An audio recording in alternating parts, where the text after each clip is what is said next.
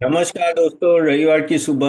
और आज हम लोग कंटिन्यू करेंगे अपने बैंक के डिस्कशन के लिए। कल हमने बात की थी IDFC first bank, yes bank और इंडसइंड बैंक की। उससे पहले हमने पब्लिक सेक्टर बैंक्स के बारे में बात की, एसबीआई, बीओबी, पीएनबी, कैनरा। और आज हम लोग बात करेंगे सबसे बड़ी बैंक जैसे HDFC bank, ICICI bank, Axis bank, Kotak bank. इन चार बैंक के बारे में बात करेंगे और मैक्सिमम लोगों ने उसमें इन्वेस्ट किया है। तो चलिए डिटेल में बात करते हैं। और आपने अगर आगे के वीडियो नहीं देखे तो जरूर देख लीजिएगा। आगे हमने रिन्यूएबल, डिफेंस और वो सब के सेक्टर्स के काफी स्टॉक्स लिए थे। तो चलिए डायरेक्ट बात करते हैं इन सब स्टॉक्स के बारे में, मार्केट के बारे में। कल सोमवार है तो कल सोमवार पे बात करेंगे। बाय द वे, आज 11 बजे अपना लाइव सेशन है तो जरूर अटेंड कीजिएगा। और हम लोग बात करेंगे कैसे पोर्टफोलियो स्ट्रक्चर करना है। तो 11 बजे जो ज्वाइन हो जाना, मैं लिंक आपको नीचे कमेंट बॉक्स में दे दूंगा। तो जब बात करते हैं हम लोग ये चार बैंक जहां मैक्सिमम लोगों ने इन्वेस्ट किया हुआ है, तो क्या लग रहा है यहाँ से, and that is what we are going to talk about. So जब हम लोग बात करते हैं एचडीएफसी बैंक, अब वो तो कहते हैं ना कि सबका बाप है। अगर ओवरऑल मार्केट कैप की जरा देखा जाए तो ऑलमोस्ट 13.8 लाख करोड़ का ऑलमोस्ट मार्केट कैप है। और अगर दूसरा जो है वो है आईसीआईसीआई बैंक, और वो भी 8.5 लाख करोड़ के आसपास है। यानी अगर आप देखो ना तो निफ्टी, बैंक निफ्टी की बात करें तो बैंक निफ्टी में मैक्सिमम ये दोनों के ही है। और बाद में आता है कोटक महिंद्रा बैंक अराउंड 3.8 लाख करोड़, और ICICI bank three, sorry not ICICI, axis bank 3.2 lakh crore. तो ऑफ कोर्स ये सबसे बड़ी बैंक्स है। और अगर हम लोग टोटल लोन बुक देखें तो लोन बुक और उनका ग्रोथ कैसा रहा ओवर द टाइम। तो अगर अभी अभी का लोन बुक अगर हम लोग सभी कमर्शियल बैंक का पकड़ के जाए तो ऑलमोस्ट 177 का लोन बुक होता है। उसमें से 25.42 लाख करोड़ का सिर्फ एचडीएफसी बैंक का है। यानी कह सकते हैं कि 14% का ऑलमोस्ट शेयर एचडीएफसी बैंक का है। अब वो आपको भी पता है कि एचडीएफसी बैंक और एचडीएफसी का मर्जर हो गया, उसके बाद लोन बुक ज्यादा बड़ी हुई। लेकिन यही प्रॉब्लम होता है ना, बहुत ही बड़ी हो गई। यानी अगर आप 14% ऑलरेडी हो लोन बुक, यानी बहुत बड़ी, यानी इसमें धीरे धीरे आप का ग्रोथ होता है। अगर आप देखो ईयर ऑन ईयर कितना ग्रोथ हुआ है पता है एचडीएफसी बैंक का, सिर्फ 3%। लोन बुक की बात कर रहा हूँ, ओके। आईसीआईसीआई बैंक का ऑलमोस्ट 13.14 है, उसका आधा है। लेकिन उसका ग्रोथ अच्छा है, ऑलमोस्ट 13.9%, अराउंड 14% का ईयर ऑन ईयर ग्रोथ है। कह सकते हैं कि इंडियन टोटल लोन बुक में से 7.4 या 5% उसका ही है। जब हम लोग एक्सिस बैंक की बात करें, उसका भी अच्छा खासा है, 10 लाख करोड़ का। इसका ग्रोथ 9% के आसपास है। और ऑलमोस्ट 5.7 टोटल है। और जब हम लोग कोटक बैंक की बात करें तो वो 4.33 है। हमेशा कंजर्वेटिव रहा है लोन देने में, लेकिन उसका ग्रोथ अच्छा है, अराउंड 16% है। और वो ऑलमोस्ट 2.4% है टोटल मार्क लोन बुक का। तो अगर आप देखो तो एचडीएफसी नंबर वन है। और एचडीएफसी का अभी वही प्रॉब्लम आया ना कि अब इतना बड़ा हाथी बन गया है, तो इसलिए थोड़ा मूवमेंट में थोड़ा टाइम लगता है। और क्या होता है कि आप जब इतनी सारी बड़ी बैंक्स होती है ना, तो इन सब में एफआई का मनी बहुत फ्लो होता है। और ये दिक्कत हो जाती है इन सब बैंक्स के कि जब भी एफआई सेलिंग होता है ना, तो इनमें से सबसे ज्यादा सेलिंग होता है। यही प्रॉब्लम हुई है अभी भी करंटली अगर बात करो तो भी। अगर ये मार्केट फॉल इतना बड़ा है, लेकिन ये सब बैंक्स इतनी गिरी नहीं है, ओके। और हम लोग बात भी करेंगे कि क्यों गिरी नहीं है। लेकिन ओवर द टाइम अगर हम लोग बात करें, जब से ये स्टार्ट हुआ है तब से ना, HDFC bank is always been a multi bagger. लेकिन जो पोस्ट मर्जर हुआ उसके बाद इनका ग्रोथ काफी स्लो हो गया। अगर हम लोग देखें तो उनका जो, जिस तरह से कह सकते हैं ना कि जिस तरह से स्टॉक प्राइस ग्रो होता है वो कम हो गया। And that is what is currently HDFC bank is facing a problem. लेकिन आईसीआईसीआई बैंक उसके सामने अच्छा खासा ग्रोथ हुआ, अराउंड अगर कुछ सालों में वो 18 से 20% से ग्रो हुआ है काफी। और नो, पोस्ट एनपीए जब उनका क्लीन अप हुआ, क्योंकि उनका एनपीए बहुत बढ़ गया था। और जब पुराने सीईओ निकल गए थे फिर नए सीईओ आए, और ये जो नए सीईओ ने लिटरली चेंज कर दिया है बैंक को, है ना। तब से बहुत ही अच्छा परफॉर्म करे एक्सिस बैंक। उनका एसेट क्वालिटी थोड़ा ठीक नहीं था, वो रिकवरी हुई और उन्होंने सिटी बैंक का भी बिजनेस टेक ओवर किया था। तो उनका ग्रोथ है 14 से 16% ओवर द इयर्स। लेकिन हाँ, ऑफ कोर्स आईसीआईसीआई बैंक से थोड़ा कम है। और कोटक महिंद्रा बैंक का बहुत अच्छा ग्रोथ रहा। लेकिन पिछले 3-4 साल से ऑफ कोर्स इन लोगों ने, अगर 3-4 साल से बात करें तो कोटक ने आई थिंक 4 से 5% से सीएजीआर से रिटर्न दिया होगा। स्टॉक प्राइस, जबकि एचडीएफसी ने 7-8%। लेकिन जो ग्रोथ दिया है स्टॉक प्राइस में वो है आईसीआईसीआई बैंक और axis bank. ICICI bank number 1 है इसमें। कोटक ऑफ कोर्स हमेशा कंजर्वेटिव, लेकिन उनका जो सीईओ ने रेजिग्नेशन दिया, फिर वो ट्रांजिशन हुआ, और बीच में जो क्रेडिट कार्ड में उन्होंने उनको आरबीआई ने सैंक्शन लगा दिया कि आप नए इशू नहीं कर सकते, तो वो सब के वजह से ना उनका काफी स्लो ग्रोथ हो गया कुछ टाइम में। लेकिन तो क्या ये जो एचडीएफसी बैंक और कोटक बैंक जो ग्रो नहीं हुए, क्या यहाँ से ग्रो होंगे, वही हम लोग डिस्कस करने वाले हैं। और जो आईसीआईसीआई बैंक जो जिससे सबसे अच्छा ग्रोथ है, क्या उसका मोमेंटम चालू रहेगा।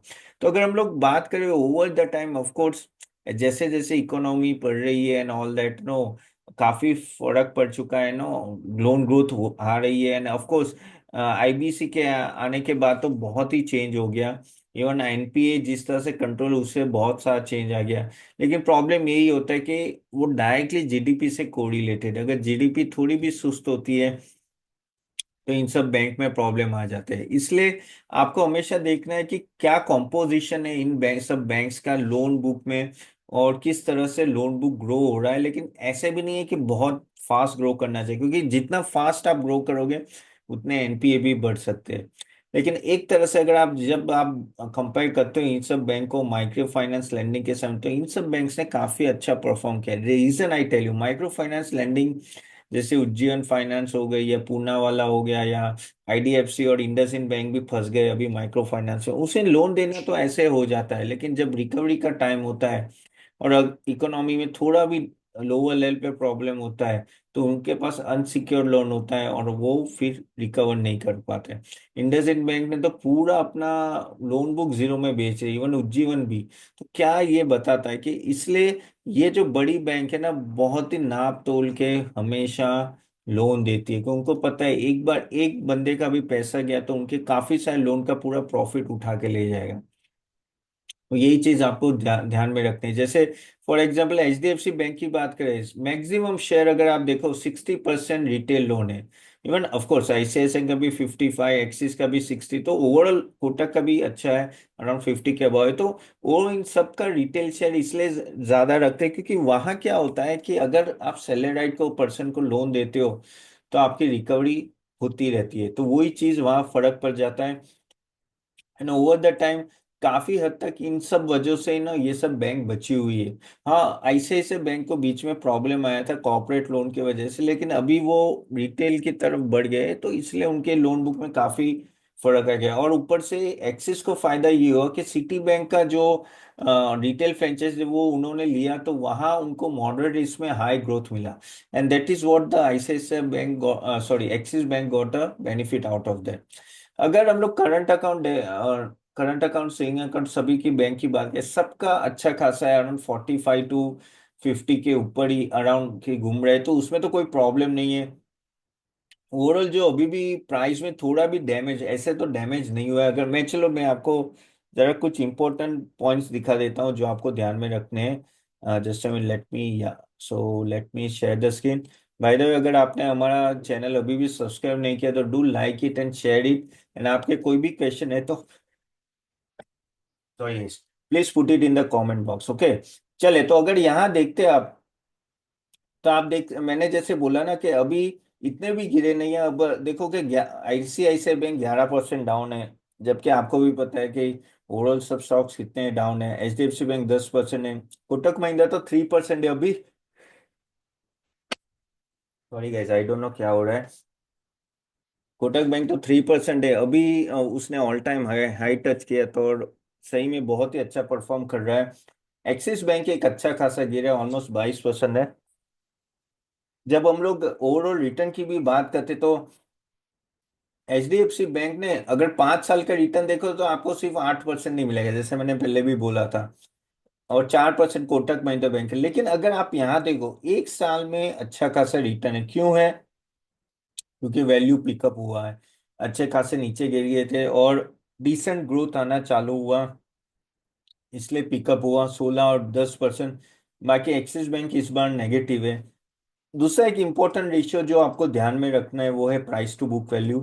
तो प्राइस टू बुक वैल्यू एक इम्पोर्टेंट मैट्रिक्स होता है इन लोगों के लिए। तो ओवरऑल अगर आप बात करेंगे, एचडीएफसी बैंक का 2.81 है, जो काफी काफी हाई है। जबकि आईसीआईसीआई बैंक का 3.33 सबसे हाईएस्ट है। यहाँ कोटक बैंक का लिखा नहीं, लेकिन वो भी 2.6 है। एक्सिस बैंक का 1.8 है, जो कंपेरेटिवली ओके है। तो इस तरह से अगर आप देखें ना, तो ओवरऑल अगर आप बात करें तो एक्सिस बैंक का valuation little bit lower side है कंपेयर टू अदर बैंक्स। लेकिन आईसीआईसीआई बैंक का सबसे हाईएस्ट है, क्योंकि वो भागा भी उतना है, उसके उसके लिए उतना प्रीमियम है। और इसने ग्रोथ भी किया है। अगर जैसे मैंने बोला ना, 5 साल का अगर आप रिटर्न देखो तो सबसे हाईएस्ट आईसीआईसीआई बैंक का है। क्योंकि उनका जो यू टर्न हुआ, पहले 10 साल तो पहले वो नहीं था। पहले उनका एनपीए का इशू और बहुत सा था, तो वो अभी चेंज हुआ है। अगर हम लोग आरओई आरओसी देखे तो सबका देखे, आरओए और आरओए देखे तो सॉरी 1.9, 2.13, 2.6, तो सबका अच्छा है। इसमें इवन आरओई भी अच्छा है, तो इसमें और कोई प्रॉब्लम नहीं है। बाकी सब अगर आप फाइनेंशियल्स देखे तो ठीक ठाक ही। इवन अगर आप लोग क्वार्टर टू क्वार्टर अगर हम लोग सेल्स ग्रोथ और प्रॉफिट ग्रोथ देखे तो भी अच्छा खासा है। अगर प्रॉफिट देखो आप 3 साल का भी देखो, एक्सिस बैंक का तो 54% से प्रॉफिट ग्रोथ है। तो यहाँ कोई प्रॉब्लम नहीं है। हाँ, क्वार्टर ऑन क्वार्टर में थोड़ा इस बार प्रॉब्लम हुआ था। ईयर ऑन ईयर तो ठीक है, उसमें आईसीआईसीआई और कोटक महिंद्रा का ओके है। आईसीआईसीआई बैंक का ऑलमोस्ट सभी पैरामीटर्स में काफी अच्छा परफॉर्मेंस हो रहा है compare to other no banks. And of course guys, ये जो भी मैं बोल रहा हूँ यहाँ से कोई भी रिकमेंडेशन मत लेना। I am just giving you the information. But yes, overall अगर आप देखो तो आईसीआई बैंक ने काफी आउट परफॉर्म किया है मार्केट को, क्योंकि और सभी रेशियो में एक्सपांशन है, क्योंकि बहुत ही अच्छी तरह से कंपनी ने मैनेज, बैंक ने मैनेज किया है नए सीईओ के आने के बाद। अब हम लोग बात करें कुछ और अदर इम्पोर्टेंट मेट्रिक्स की कि क्या लग रहा है। सो अगर हम लोग जो प्राइस डिक्लाइन आया था, तो वो तो आपको भी पता है कि overall global macro economics plus FI की सेलिंग बहुत ही हो रहा है। लेकिन इसमें एचडीएफसी बैंक का ये जो मर्जर का इशू है, इशू तो नहीं बोल सकते, लेकिन ये जो मर्जर हो रहा है उसमें काफी पहले से ही सीईओ ने बोला था कि भाई ये मर्जर की वजह से हम लोग ज्यादा अभी लोन पिकअप भी नहीं करे, लोन देना भी पिकअप नहीं, इसलिए देखा 3% का ग्रोथ दिख रहा है पिछले साल से। वो जानबूझ के नहीं, लेके उनको डर लग रहा है। अब डर नहीं कह सकते, लेकिन उनको लग रहा है कि शायद बेड डेप हो सकते हैं, and that is they are not giving. जबकि कोटक का कुछ अलग ही प्रॉब्लम था, उनका सीईओ चला गया, तो वो अनसर्टेनिटी थी वहीं। प्लस वो जो क्रेडिट कार्ड में आपको पता है ना कि क्रेडिट कार्ड का इशू हुआ था, वो अभी अप्रूव हो गए, तो यहाँ से शायद थोड़ी ग्रोथ हुई, लेकिन इसलिए वो ऑल टाइम हाई टच हुआ था। अभी अभी आईसीआईसीआई बैंक ऑलरेडी भाग चुका है, तो थोड़ा वैल्यूएशन रीसेट हुआ है अभी टेम्पररी। और एक्सिस बैंक का जो रिटेल लोन में अनसिक्योर लोन का जो प्रॉब्लम था, वो एक लिंगरिंग है, तो वो यहाँ से देखना पड़ेगा कि किस तरह से आगे बढ़ेगा। तो एनपीए और वो सब में कोई प्रॉब्लम नहीं गाइस, ये सभी बैंक का अराउंड 0.4 के आसपास एनपीए, तो ऐसा कुछ प्रॉब्लम नहीं है।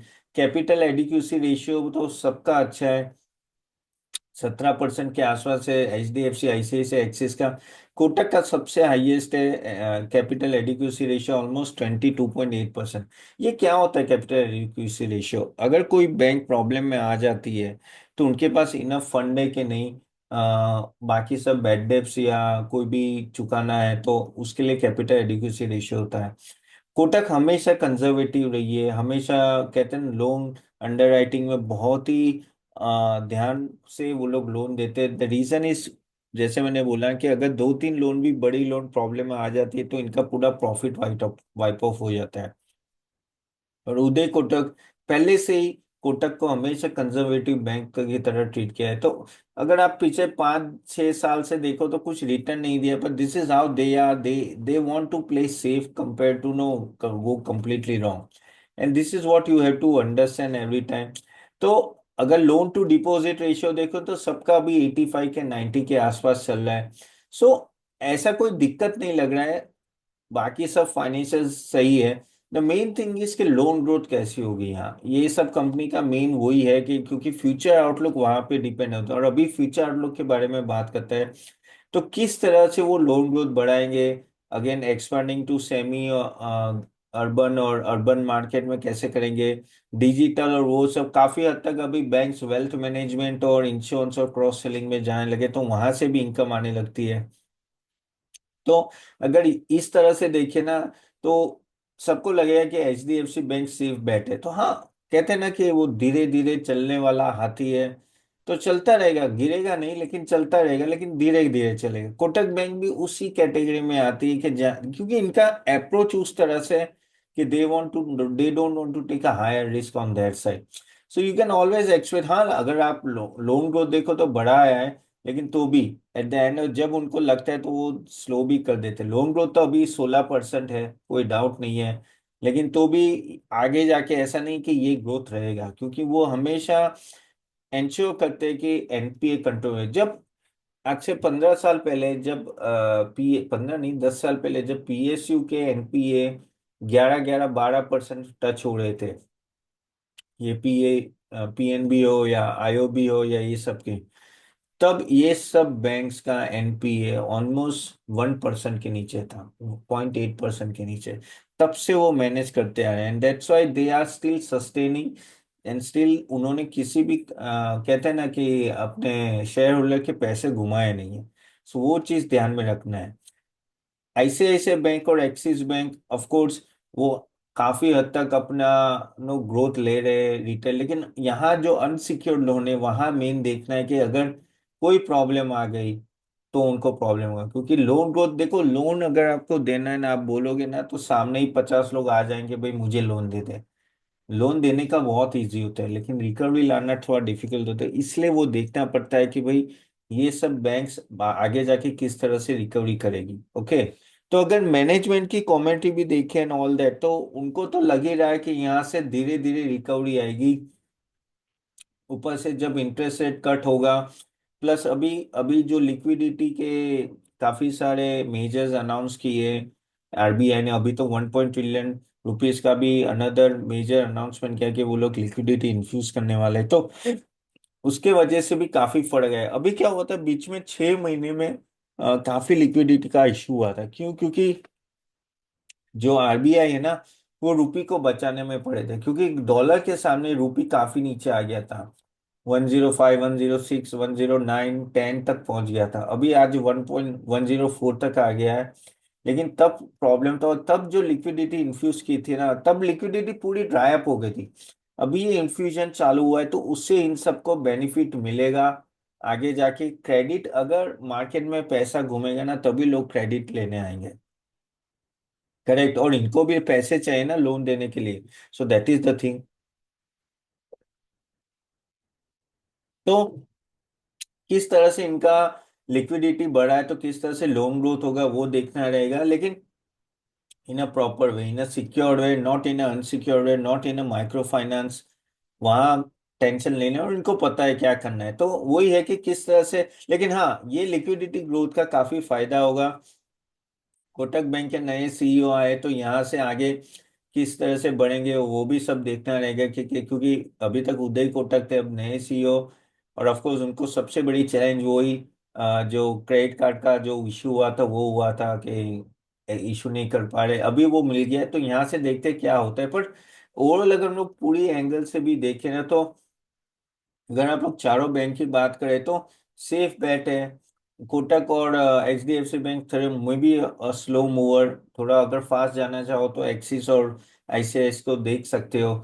लेकिन वो ये कि किस लेवल पे आप बाय कर रहे हो। अभी सब लोग सभी ये सब स्टॉक्स गिरे नहीं है, लेकिन फ्यूचर तो ब्राइट है, उसमें कोई डाउट नहीं है। लेकिन slowly and gradually decent return के लिए of course you can think about again. It is just an analysis, not a recommendation, तो please take your own decision, खुद का एनालिसिस करके ही इन्वेस्ट करना है। सो होप आपको ये वीडियो अच्छा लगा, तो do like it and share it guys. अभी हम लोग आपके क्वेश्चंस ले लेते हैं, जो आप लोगों ने काफी सारे पूछे हैं। तो आपके कोई क्वेश्चन है, प्लीज कमेंट बॉक्स से डालेगा, और 11 बजे हम लोग जरूर मिल रहे हैं। ओके, चलिए, तो कल के कुछ क्वेश्चंस ले लेते हैं, जो मैंने इंडसइंड बैंक और वो सब पे वीडियो बनाया था, आईडीएफसी फर्स्ट और यस बैंक।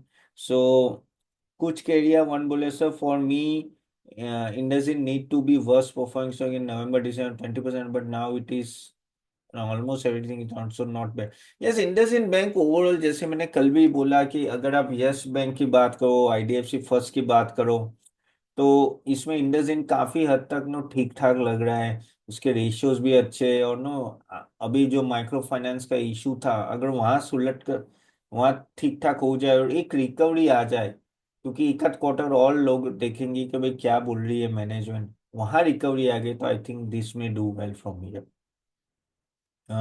अनिर्बन अनिर्बन बैनर्जी बोले what is the outlook of HDFC bank, ICICI bank, Axis bank going forward. वो मैंने ऑलरेडी वीडियो बना दिया। अनिर्बन आपने बोला तो हमने बना दिया। आपके और भी कोई जो भी देख रहे हैं क्वेश्चन है तो प्लीज लिख लीजिएगा, no problem. U U R S V रीडा रिद्रा, please talk about Bank of India stock. Bank of India, एक बार बैंक ऑफ इंडिया देख लेते हैं। So talking about Bank of India guys, no, मैं जरा नीचे देख लेता हूँ था। तो ये स्टॉक अगर आप देखो तो ना ऑलमोस्ट 38% डाउन है अपने टॉप से। ठीक ठाक रिटर्न दिया है 5 साल से, क्योंकि पीएसयू सभी चले थे। और प्राइस टू बुक वैल्यू तो नहीं है यहाँ, लेकिन हाँ आर ओ बहुत कम है, आर ओ 9.98 है। सो यहाँ प्रॉब्लम है कि डेट शायद इनका अच्छा ना थोड़ा अभी यहाँ मेंटेन नहीं किया है, लेकिन हाँ आरओए थोड़ा कम है, 0.75 है। आरओई 9.9, तो इनको प्रॉफिटेबिलिटी बढ़ानी पड़ेगी आगे जाके। तो देखना पड़ेगा कि इनका एनपीएन वो सब कैसा है, लेकिन आई थिंक यहाँ से भी मुझे ऐसा लग रहा है कि काफी हद तक ये बढ़ चुका है ना, जिस तरह से रिटर्न दिया एंड ऑल दैट। मेरे हिसाब से नो, प्राइवेट बैंक्स में do well, so if you can look at it. Okay, लेकिन थोड़ा रखिए, अभी अभी तो रिजल्ट सब सही जा रहा है, कोई प्रॉब्लम नहीं है। आई थिंक अभी रखो टेम्पररी, एक आध क्वार्टर और देख लो and then you can take a decision. This is what my view, एक दो क्वार्टर देख लो आप, ओके, कि क्या एनपीए वापस कंट्रोल में है कि नहीं है। क्योंकि पीएसयू है तो थोड़ा वो रहेगा, लेकिन तो भी प्रॉफिटेबिलिटी ओके, मुझे उसमें कोई दिक्कत नहीं लग रही है। तो एक आध क्वार्टर आप देख सकते हैं। चलिए नेक्स्ट क्वेश्चन लेते हैं कि sir do you have a session on Saturday. No no, Saturday तो नहीं है, लेकिन संडे है। तो आज अगर आप ट्राई करो 11 बजे, अगर सेशन 11 बजे का आप अटेंड कर पाओ तो मैं लिंक दे दूंगा। ये क्वेश्चन पूछे रामेश्वरम ने 2512। सो रामेश्वरम जी, आज 11 बजे जरूर अटेंड कीजिएगा। Then I talk about the portfolio and all that we are going to talk in detail.